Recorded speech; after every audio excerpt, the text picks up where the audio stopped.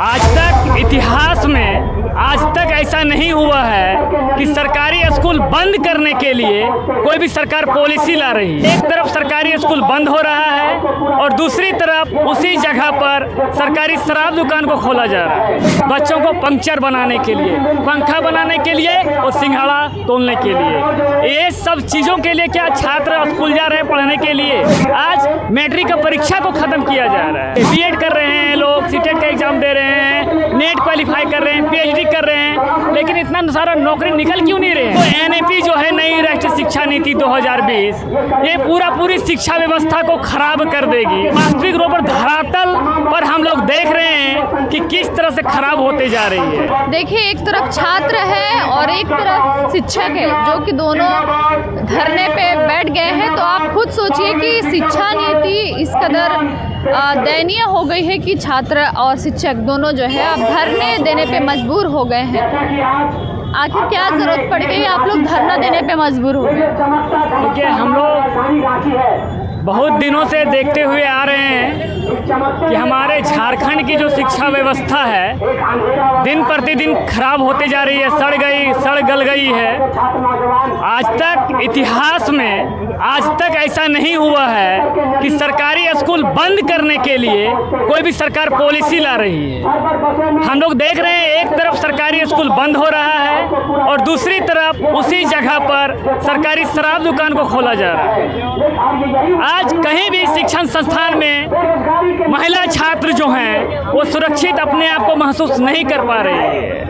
और ये जो एनईपी जो है, नई राष्ट्रीय शिक्षा नीति 2020, ये पूरी शिक्षा व्यवस्था को खराब कर देगी। खराब सिर्फ बोलने के लिए नहीं, वास्तविक रूप पर धरातल पर हम लोग देख रहे हैं कि किस तरह से खराब होते जा रही है। अब सोच करके देखिए कि गांव घर का जो आंगनबाड़ी का जो स्थिति है, उसमें 1 क्लास और 2 क्लास को यदि दे दिया जाए तो उस बच्चा का भविष्य क्या होगा। 6 क्लास से 8 क्लास तक वोकेशनल कोर्स के नाम पर क्या सिखाया जाएगा। वोकेशनल कोर्स के नाम पर सिखाया जाएगा बच्चों को पंक्चर बनाने के लिए, पंखा बनाने के लिए और सिंघाड़ा तोलने के लिए। ये सब चीज़ों के लिए क्या छात्र स्कूल जा रहे हैं पढ़ने के लिए।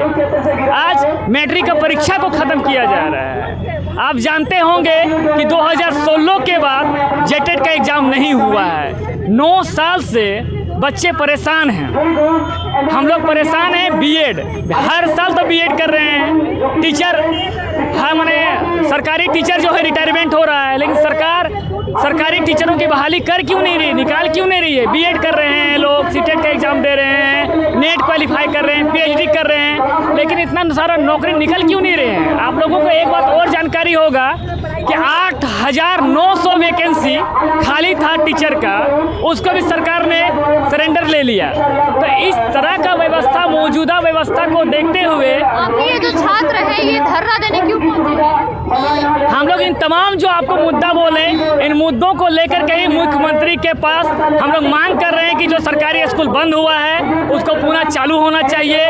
जो स्टाइपेंड का मुद्दा है बहुत दिनों से चल रहा है, स्टाइपेंड सभी को मिलना चाहिए जिसको ज़रूरत है। इन तमाम समस्याओं को लेकर के ही हम लोग आज यहाँ पर मुख्यमंत्री के समक्ष आए हैं। स्कूल खोलने से क्या होगा, शिक्षक धरने पे है, आप लोग धरने पे, तो स्कूल कॉलेज में कौन पढ़ेगा। जाहिर सी बात है कि जो शिक्षक भर रहे हैं, धरने पर बैठे हैं, उनका आंदोलन को हम लोग सपोर्ट करते हैं। साथ ही साथ शिक्षक भी परेशान हैं। शिक्षक परेशान इस तरह से है कि उनको क्लास छोड़ करके तमाम गैर शैक्षणिक कार्यों में उन लोगों को लगा दिया जा रहा है। उन लोगों का जो पेमेंट है, उन पेमेंटों को भी सही तरीके से नहीं दिया जा रहा है। आप लोगों को जानकारी होगा, इंटरमीडिएट का जो बंद किया गया डिग्री कॉलेज से, उन तमाम शिक्षकों को +2 में नहीं लिया जा रहा है, इसलिए लोग बैठे हुए हैं धरना पर। इन तमाम समस्याओं को लेकर के ही मुख्यमंत्री के पास हम लोग मांग रख रहे हैं। यदि मुख्यमंत्री नहीं मानेगी तो फिर जोरदार आंदोलन होगा और उग्र आंदोलन होगा, और उसका जवाबदेही मुख्यमंत्री और केंद्र सरकार नरेंद्र मोदी है।